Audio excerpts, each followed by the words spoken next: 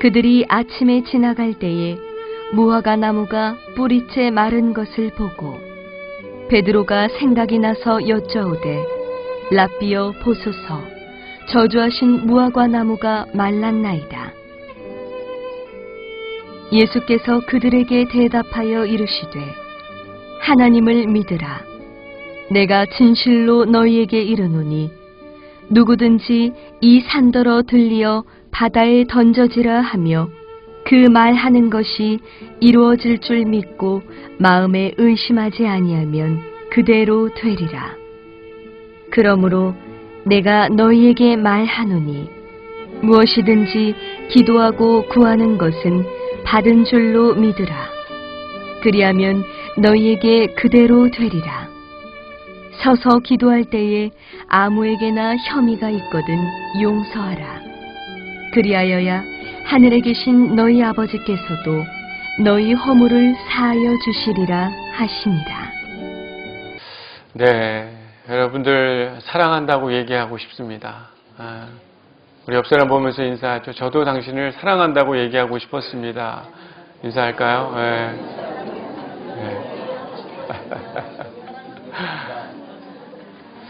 네, 여러분 생각해보면 겉으로는 많이 사랑하는 것 같은데 막상 이런 표현을 잘 안 하면 사랑을 알아요, 몰라요? 잘 모르죠. 어찌 보면 겉으로는 엄청 사랑하고 친한 것 같지만 가까이에서 보면 의외로 사랑하지 못하는 게 우리의 모습이고, 겉으로는 되게 완벽해 보이지만 부족한 것 투성이가 바로 우리 아니겠습니까?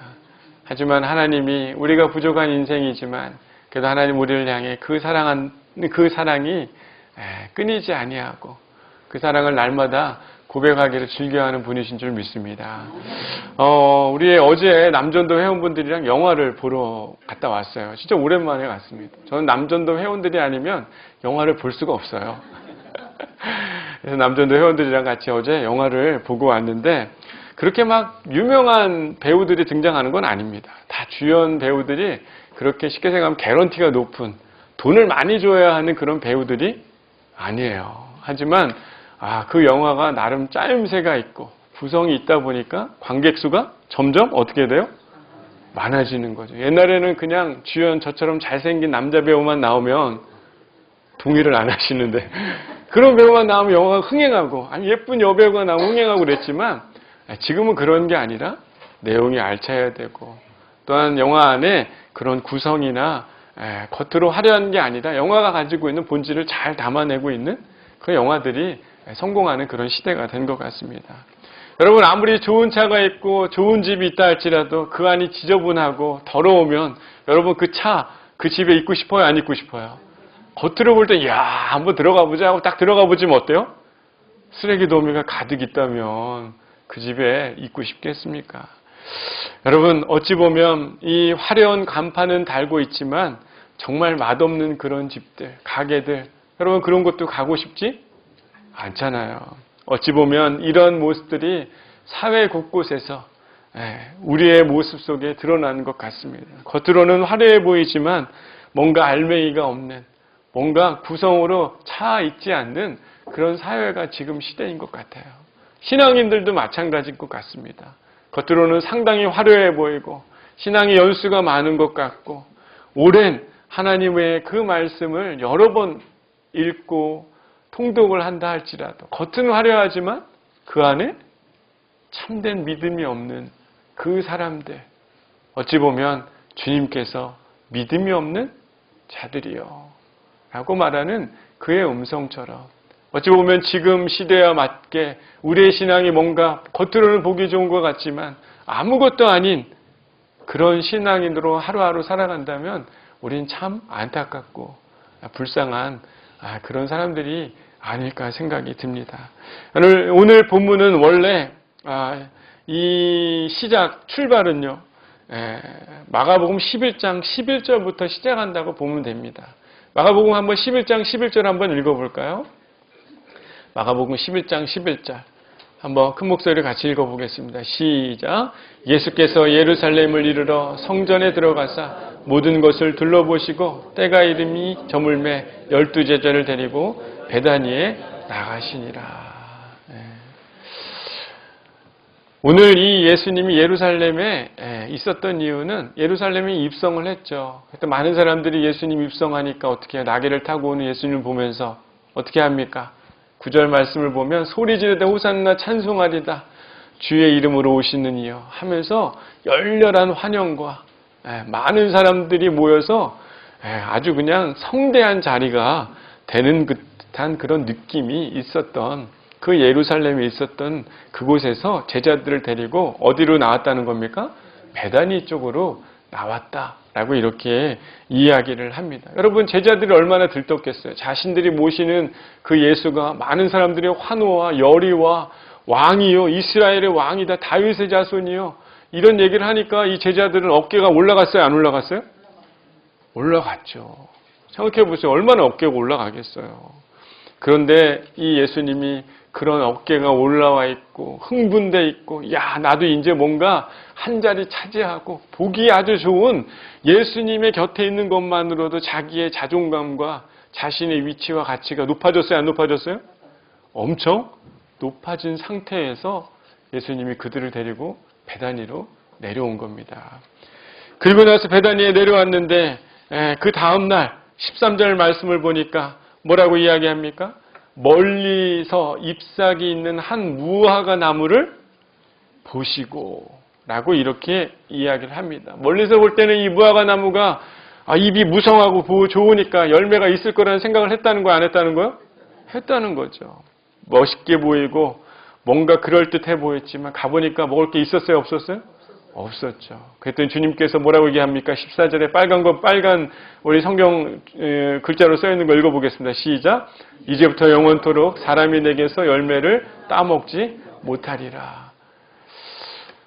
이 저주한 무화과 나무 이제는 이 무화과 나무에서 열매가 맺어지지 못할 거다. 예수님이 이렇게 이야기를 합니다. 그리고 나서 이 마가복음에 아주 독특한 그런 특징이 있는데 이 이야기가 있고 나서 예수님이 성전으로 들어가신 거예요. 성전에 들어가서 뭐 했습니까? 성전에 보니까 거기가 장사 속이 돼가지고 어떻게 됐어요? 거기를 예수님이 다 둘러 엎으시고 제자들과 함께 이 모든 걸 다 둘러 엎으시고 그리고 나서 또 다시 그 성전에서 나왔더니 오늘 본문의 말씀이 시작이 됐다는 거예요. 그리고 그들이 아침에 지날 때 무화과 나무가 뿌리채 마른 것을 보고 베드로가 어떻게 했다는 거예요? 랍비여 생각이 나서 나무가 말랐습니다. 저주하신 무화과 나무가 말랐습니다. 라고 이렇게 이야기를 하고 있는 겁니다. 어찌 보면 이 무화과 나무는 그 당시 때 예루살렘 성전 중심으로 있는 바로 그 유대교, 그 종교의 모습을 보여주는 것이에요. 성전이 얼마나 화려하고 또 이 절기가 되면 항상 예배를 드리러 오는 사람들이 많았을까요? 적었을까요? 엄청 많았죠. 그런데 그 성전이 진짜 기도하는 역할을 해야 되는데 그게 아니라 그곳에 모여있는 사람들은 겉으로는 화려해 보이고 뭔가 제사를 드리는 것 같고 뭔가 예배에 참여하고 있는 것 같지만 실상 그들의 속모습은 예수님이 그곳을 어떻게 하실 수밖에 없는 곳이었어요. 다 둘러엎고 뒤집어 엎어야 되는 그런 곳이었다는 것입니다. 어찌 보면 사람들이 먼 거리에서 이 예배드리러 제물을 가지고 오지만 그 당시 감람산 이 주변에는 짐승들을 사고 파는 그런 시장이 형성됐었어요. 근데 제사장들과 이 장사치들이 서로 결탁이 돼서 어떻게 됐습니까? 모종의 암거래가 있었던 거죠. 그래서 멀리서 가져오는 동물들 제사장에게 이걸 바쳐야 되는데 이 장사치들한테 제사장이 뇌물을 받았으니까 어때요? 도장을 찍어줘야 안 찍어줘요? 쉽게 생각하면 안 찍어주는 거죠. 자기들이 가지고 온 쉽게 생각하면 멀리서 예배를 드리기 위해서 가져온 짐승은 도장을 받을 수 있어요? 없어요? 흠이 있다는 거예요. 그러면서 어디서 살아는 거예요? 그 동네에서 살라고 정치적인 경제적인 결탁들이 되어 있었습니다. 그리고 또한 이 성전의 이익을 내는 성전의 그 장사 마당치들이 얼마나 많았습니까? 그래서 그곳에는 돈 바꾸는 자들이 있었습니다. 환전상들이죠. 이방인들이 와가지고 성전세를 내야 되는데 그때 돈을 환전을 해주면서 쉽게 생각하면 뭘 받는 거예요? 환차 이익을 받는 그곳이 바로 성전이었다는 것이에요. 어찌 보면 성전이 더 이상 성전의 역할이 있는 것이 아니라 주님의 말씀처럼 강도의 소굴이 되어 있는 그런 상태였다는 것입니다. 그래서 예수님께서 오히려 부패해 있는 그런 모습, 유대의 종교 지도자들, 바리새인들, 서기관들, 대제사장들, 겉으로는 화려하지만 아무런 신앙의 본질이 없는 그들의 모습이 이 오늘 무화과 나무, 어디까지 썩어 있었다고, 말라 있었다고요? 뿌리채. 오늘 보면 이 베드로가 예수님께서 얘기하니까 뿌리채 마른 것을, 무화과 나무가 뿌리채 마른 것을 베드로가 봤다라고 이야기하는 겁니다. 이것이 바로 그 성전에 있는 자들, 하나님을 믿는다고 이야기하지만 진짜 신앙의 본질을 잊어버린 자들을, 그 모습을 이 뿌리채 마른 무화과가 그대로 보여주고 있는 것입니다. 여러분, 이 예수님은 특별히 유대인들, 많은 종교 지도자들을 향해서 그들의 신앙은 위선이다 라는 말을 참 많이 썼어요. 여러분, 위선이라는 단어는 원래 어원적으로 배우라는 뜻입니다. 여러분, 배우가 하는 일이 뭡니까? 그 역할을 어떻게 하는 거예요? 진짜 자기가 아니라 어떻게 하는 거예요? 보고? 그렇죠. 모방하고 보여주고 그런 척하는 게 배우의 역할 아닙니까? 겉으로 신앙이 좋은 척만 하는 위선자들이 바로 그 종교 지도자들이요. 유대에 있는 많은 바리새인과 서기관들, 그리고 또한 대제사장이라고 이렇게 예수님이 이야기를 했습니다. 그러면서 예수님이 뭐라고 그랬냐면, 이 백성이 입술로는 나를 공경하되 마음은 내게서 멀도다. 입술로는 하나님을, 예수님을 내가 공경한다고 이야기하지만 마음은 내게서 가깝다, 멀다? 멀다라고 이렇게 그들의 위선적인 믿음에 대해서 예수님이 말씀을 하셨습니다. 베드로의 이런 질문에 예수님이 23절, 25절에 오늘 본문의 아주 중요한 이야기를 통해서 신앙의 본질을 주님께서 제자들에게 가르쳐주고 있는 것이에요. 아까도 얘기했지만 제자들이 지금 분위기가 업됐어요, 안 업됐었어요? 엄청 업됐죠. 예루살렘 성전 들어갈 때도 막 사람들이 그렇게 환호했죠. 이 성전에, 이 예루살렘 이 성전에 들어가가지고 예수님이 다 그 상을 엎을 때 누구도 할 수 없는 일을 하니까 제자들이 나름대로 상당히 기분이 업돼 있었을 것 같아요. 하지만 예수님이 진짜 그들에게 제자가 무엇인지 그들에게 오늘 알려주고 있는 것이, 위선적이고 뭔가 보여지는 것에 치중되어 있는 그런 하나님의 사람이 아니라 진짜 제자가 누구인지 오늘 성경이 가르쳐주고 있는 것입니다. 여러분, 23절 한번 읽어보겠습니다. 시작. 내가 진실로 너에게 이르노니 누구든지 이 산더러 들려 바다에 던지라 그 말하는 것이 이루어질 줄 믿고 마음에 의심하지 아니하면 그대로 되리라.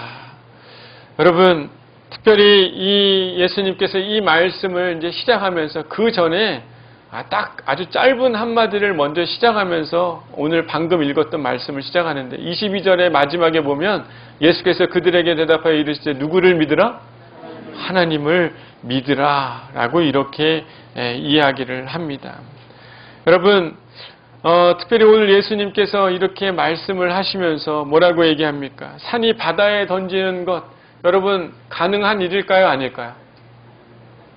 여러분 한번 질문해 보겠습니다. 옆 사람한테 물어보세요. 산을 바다에 던지는 게 가능합니까? 한번 물어보세요. 옆 사람한테. 네? 네. 여러분, 어쩌면 이거는 이루어질 수 없다고 생각하는 것이 우리들의 자연스러운 생각일 것이에요. 우리의 현실과 판단으로는 이게 절대 일어날 수 없는 일이라고 우리는 생각합니다. 어찌 이 예수님이 이 말씀을 하는 건 이건 안 된다고 생각하는 오랜 율법, 의로운 기준들, 이거는 바뀌어질 수 없는 거야 라고 생각했던 그런 기준들이지만, 하나님을 믿으면 그 율법과 큰 기준, 절대 안 될 거라고 생각하는 것들이 어떻게 된다는 겁니까? 이루어진다. 하나님을 믿으면 이루어진다 라고 이렇게 주님이 제자들에게 이야기를 하고 있는 것입니다. 많은 사람들은요, 이게 정말 하나님을 믿는다고 생각하고 있지만 이게 될까? 여러분들도 가끔 그런 때가 있지 않습니까? 여러분의 삶에 야 이게 정말 이루어질까?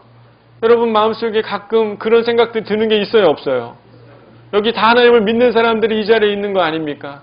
아니면 좀 뭔가 이상한 거죠. 그렇지만 내 마음속에는 항상 이게 과연 될까 안 될까? 이런 생각들을 갖고 있는 것은 주님이 뭐라고 이야기하는 겁니까? 내가 믿음이 없는 것일 수 있다. 하나님을 믿으면 그대로 이루어진다.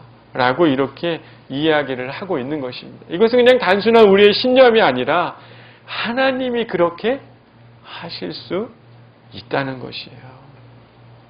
내 마음에 의심하지 않으면 하나님은 그대로 이루어 주실 수 있는 분임을 깨달아야 한다는 것을 주님이 제자들에게 알려주고 말씀하고 있는 것입니다. 여러분, 12해 동안 이 혈류증을 앓고 있었던 여인을 여러분 기억할 겁니다. 많은 의사들에게 가가지고 자신의 병을 고침을 받으려고 했지만 괴로움을 더 많이 받았고 가진 것도 다 허비하였고 아무 효험이 없고 도리어 더 중하여졌다라고 마태복음에 그 여인에 대한 이야기가 기록되어 있지 않습니까? 마가복음 5장 26절에 기록되어 있습니다. 그런데 이 여인이요, 예수님의 옷에만 손을 대어도 구원을 받으리라는 생각을 가지고 예수님의 그 옷에 손을 대니 그녀의 병이 낫게 됐습니까? 안 낫게 됐습니까? 낫게 되고 예수님이 내 믿음이 너를 구원하였으니 평안히 가라. 내 병에서 놓여 건강할지어다. 라고 예수님께서 그 여인을 향해 말씀하며 종교적인 절대로 바뀌어지지 않을 것 같았던 그 여인, 사회적으로 회복되지 않을 것 같았던 지위, 관계적으로 다시 좋은 만남이 이루어지지 않을 것 같은 그녀의 모든 관계를 주님께서 어떻게 해주셨어요? 다 고쳐주시고 회복시켜 주셨습니다. 어찌 보면 자신의 위선과 종교적인 그런 생활, 세속적인 명예와 돈, 그것으로는 자신이 자유하게 될 수 없는 그런 존재임을 깨닫고 누구를 찾은 것이에요? 그 주님, 예수님을 찾았고 실제 산이 바다에 던져지는 것보다 더 큰 일들이 그녀의 삶에 진짜 일어나게 된 것이 성경에 기록되어 있지 않습니까? 여러분, 우리들의 삶에요, 마치 이런 종교적인 생활, 나름 하나님을 믿고 있지만 과연 이게 이루어질까? 세속적인 생각과 이 합리적인 이상으로 자꾸 우리의 삶을 판단해 갈 때는요, 마치 이 예루살렘 이 성전이 나중에 무너져요, 안 무너져요? 나중에 절대 무너지지 않을 것 같았던 곳이 진짜 어느 순간 돌 위에 돌 하나도 더 남지 않고 무너지게 되는 그런 일이 되듯이 우리의 삶에도 하나님을 진짜 믿는 믿음이 없으면 우리의 삶도 무너질 수 있다는 거예요, 없다는 거예요? 무너질 수 있다는 것이에요. 결국 위선적이고 세속적인 그런 신앙생활을 하고 있다면 믿음이 없는 것이고 결국은 하나님을 향한 믿음의 뿌리가 없기 때문에 뿌리채 마른 무화과처럼 삶의 결실과 열매가 맺어질 수 있다는 거 없니까? 없다는 겁니까? 없다는 것이고 내가 믿음대로 구해도 그대로 이루어지는 일이 없다라는 것을 주님이 오늘 이 말씀을 통해 이야기하고 있는 것입니다. 믿음에 대해 예수님은요, 이루어질 줄을 믿고 마음에 의심하지 않는 것이 믿음이다라는 것을 제자들에게 가르쳐 주죠. 여러분, 의심은요, 현실의 사고입니다. 어떻게 보면 계산이 빠르고 이해득실이 빠른 사람들이 있어요. 그런데 여러분, 믿음 안에서는 순수하고 순전한 사람이 그 믿음대로 온전하게 응답되어지고 이루어지는 그런 역사가 삶에 일어나게 되는 것을 봅니다. 여러분, 아이들의 기도가 참 그 응답이 잘 되는 경우들이 있어요, 없어요? 많죠. 아이들이 기도하면 정말 응답이 잘 됩니다. 왜요? 아이들이 무슨 이 짱구를 굴려요, 안 굴려요? 애들은 안 굴려요. 단순하게 어떻게 기도해요? 하나님이 진짜 그렇게 나에게 해주실 거라는 뭘 가지고? 믿음을 가지고 기도해요. 화려해 보이지도 않아요. 신앙이 오래되지도 않았어요. 여러분, 특별히 새신자의 기도들을 잘 들어주는 경우들이 있습니까? 없습니까? 왜 많이 들어줘요? 순전한 믿음이 있으니까. 하나님이 그렇게 하실 거라는 믿음이 있으니까 진짜 그 응답들이 빠른 것 아니겠습니까? 요즘에는요, 저한테 기도를 부탁하기보다는 하준이한테 기도를 부탁하는 분이 많아졌어요. 왜요? 하준이가 하나님 앞에 기도하는 그 기도가 순수하고 또한 믿음을 가지고 아빠의 목사인 아빠보다 진짜 하나님이 그렇게 이루어질 거라는 확신이 있기 때문에 진짜 그의 아이의 기도가 응답되는 걸 보면서 교회 분들이 하준이 붙잡고 기도 요청을 하더라고요. 여러분, 믿음을 다시 한번 점검하는 저와 여러분이 되길 바랍니다. 하나님에 대한 철저한 믿음인지 아니면 의심과 현실적 사고와 신앙의 경험과 자신의 의로 인해 하나님이 이루어가실 일을 오히려 방해하고 있는 것은 아닌지, 진짜 믿음 없는 사람인데 뿌리까지 마른 그런 상태로 있는 열매가 없는 사람인데 마치 좋은 신앙을 가지고 있는 사람처럼 살아가고 있는 것은 아닌지 우리의 삶을 진짜 되돌아봐야 되는 것 아니겠습니까? 특별히 예수님은요, 믿음을, 하나님을 믿으라 라고 이야기하면서 하나님을 향한 믿음을 가지고 너희가 저 산을 바다로 던지우라 하면 그대로 어떻게 된다는 겁니까? 되게 될 텐데, 그러면서 믿음을 가지고 너희가 기도하면 너희의 기도가 어떻게 되리라? 이루어지리라. 여러분 23절 맨 마지막에 보면은 뭐라고 되어 있냐면 그대로 되리라. 24절에도 너희에게 또 그대로 되리라 라고 이렇게 두 번 강조해서 이야기를 하고 있어요. 여러분 단지 기도했다는 것이 아니라 기도하는 행위와 방법, 그런 모습을 희왕찬란하게 하고 있는 그런 모습을 갖고 있는 자의 기도의 응답이 이루어지는 게 아니라 예수가 진짜 자신의 구원자임을 고백하는 기도, 그 기도를 갖는 그 사람의 기도에는 그대로 이루어질 것이라고 주님이 말씀하고 있는 것 같습니다. 여러분 기도는요, 인류의 어떤 종교사나 문화사에 있어서 가장 오래된 전통이고 오래된 종교 행위일 수 있습니다. 기도가 끝나는 곳에는 종교도 없어진다는 말이 나올 만큼 기도는 모든 종교의 그런 사람들의 꽃과 같은 것이죠. 근데 여러분 이스라엘이 피할 수 없는 공경 속에서 자신을 구원해달라고 누구에게 매달렸습니까? 하나님에게 매달렸죠. 하나님께 부르짖는 기도가 성경에 얼마나 많이 등장합니까? 출애굽을 위해 기도할 때 하나님이 그 기도의 응답을 이루어 주셔서 그들을 출애굽해 주시고, 또한 예수님의 모습을 보면 예수님께서 인간의 고통과 억압을 자유케 하기 위해 그들을 구원해 내시는 그 길로 주님이 걸어가신 것 아닙니까? 예수님은 자신에게 병 낫기를 기도하고 원하는 자들이 자신을 향한 믿음이 있었음을 알았기에 그 병을 낫게 해주고, 예수님을 향한 자신의 신앙의 고백이 담겨 있기 때문에 그들을 모두 치유해 주시지 않았습니까? 여러분, 하나님에 대한 신앙, 예수 그리스도를 향한 신앙이 없이 기도하는 자는 응답이 있을까요? 없을까요? 없는 것이에요. 여러분, 왜 우리는 가끔 기도하지 않을까요? 분명히 필요하고 도움이 필요한데 여러분 왜 기도 안 하는 거예요? 왜 기도 안 하죠? 바빠서? 바쁘다는 건요, 내가 뭔가 삶의 그 문제를 해결하기 위해 노력하고 있다는 것과 똑같은 것이. 왜 기도하지 않냐면요, 아주 분명한데 하나님이 기도해도 그렇게 치유해 주시고 바꿔주실 거라는 확신이 있는 믿음이 없기니까요. 없기에 기도 안 하고 있는 거예요. 여러분 진짜 솔직한 얘기 아닙니까? 내가 진짜 뭔가 변화되어야 되고 바뀌어져야 되는 건 알지만 기도하지 않는 이유는 하나님이 진짜 이것을 구원케 하실 거라는 내 마음에 확신이 있다면 여러분 기도할까요? 안 할까요? 기도하죠. 믿음이 없는 것이. 여러분 진짜 믿음이 없는 것이. 좀 인정 좀 합시다. 어때요? 믿음이 없으면 다시 믿음을 가지고 주님 앞에 정말 신앙의 본질, 믿음과 그 믿음을 가진 기도로 우리의 삶이 바뀐다면 주님이 원하는 그런 삶 아니겠습니까? 여러분 더 이상 우리 자신을 좀 속여야 될까요? 안 속여야 될까요? 속이게 되면 뿌리 깊게 말라 비틀어진 겉은 잎사귀가 있지만 열매 없는 그런 무화과 나무처럼, 그런 종교적인 행위 속에 하루하루 살다가 나중에 그 돌들이 다 무너져서 주의 성전조차 이 정도의 내 신앙이면 내 삶이 괜찮겠지라고 살아가지만 어느 순간 우리의 삶이 다 무너질 수 있는 그런 어리석은 인생이라는 사실을 우리가 솔직히 고백해야 되지 않겠습니까? 로마서 10장 14절에요. 그런즉 저희가 믿지 아니하는 일을 어찌 부르리요? 예수님은 당신을 통해 병 낫기를 원하는 자들에게 항상 얘기하셨죠. 내가 낫기를 원하느냐? 혹은 내가 나를 믿느냐? 라고 이야기하지만 주여 나를 깨끗게 하실 수 있습니다. 라고 문둥병자가 고백했던 것처럼 우리는 주님 앞에 그런 고백을 해야 안 해요? 네? 진짜 진심으로 안 한다는 거예요. 진짜 믿음을 가지고 안 한다는 것이에요.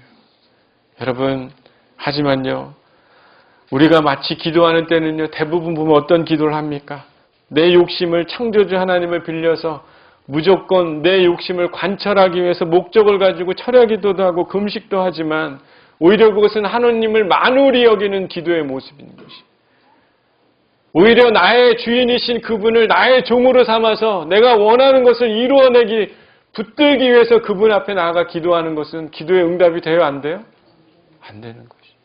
진짜 기도의 응답은 내가 낫기를 소망하느냐, 너의 삶에 그 믿음대로 이루어지길 그대로 되리라라고 여러분이 기도하고 있는 것, 그것은 하나님이 그렇게 내 삶에 이루실 거라는 믿음이 우리 안에 있을 때 진짜 기도하기 시작하고, 그렇게 순전한 그 믿음을 가지고 기도하고 화려하지는 않지만 그렇게 기도하는 자의 삶엔 주님이 그대로 다 이루어 주시는 은혜를 주실 줄 믿습니다.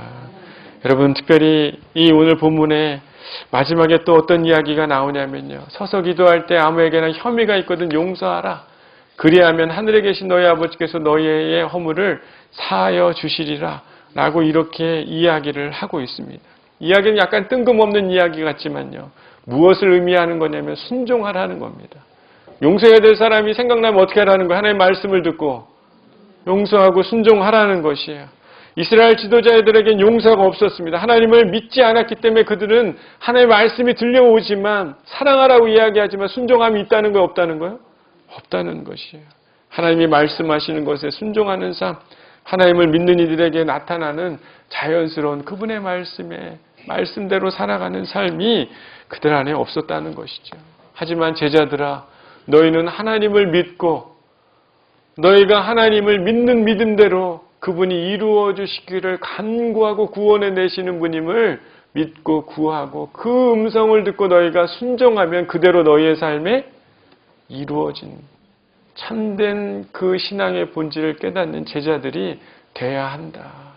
화려한 것을 추구하는 신앙, 엉뚱한 것만 치중하는 그런 신앙이 아니라 진짜 하나님을 믿고 그 믿음 안에 기도하며 그분이 말씀하신 그 말씀에 순종하며 살아가는 그런 신앙의 삶, 제자의 삶을 주님이 그 12 제자들에게 가르쳐 주고 있는 것입니다.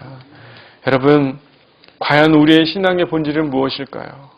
하나님에 대한 철저한 믿음, 그 믿음에서 비롯된 기도의 삶, 그리고 기도하는 자의 삶에 나타나는 그런 순종과 행함이 있는 그런 모습이 있는 사람이야말로 진짜 신앙의 본질을 가진 사람의 삶인 줄 믿습니다.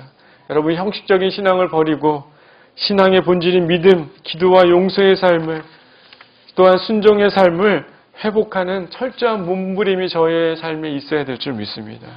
그런 사람과 그런 교회가 있을 때 하나님은 그들의 모든 삶에 모든 것을 다 이루어 주시고 구하는 것마다 다 그들이 믿는 대로 받게 될 것이며, 하나님이 우리의 삶에 진짜 뿌리까지 마르고 마치 아무 열매가 없는 인생일 수 있으나 다시 한번 신앙의 본질을 회복하는 자에게 이와 같은 하나님이 주시는 귀한 열매와 결실이 우리의 삶에 일어나게 될 것에 대해 주님이 말씀하고 있는 줄 믿습니다.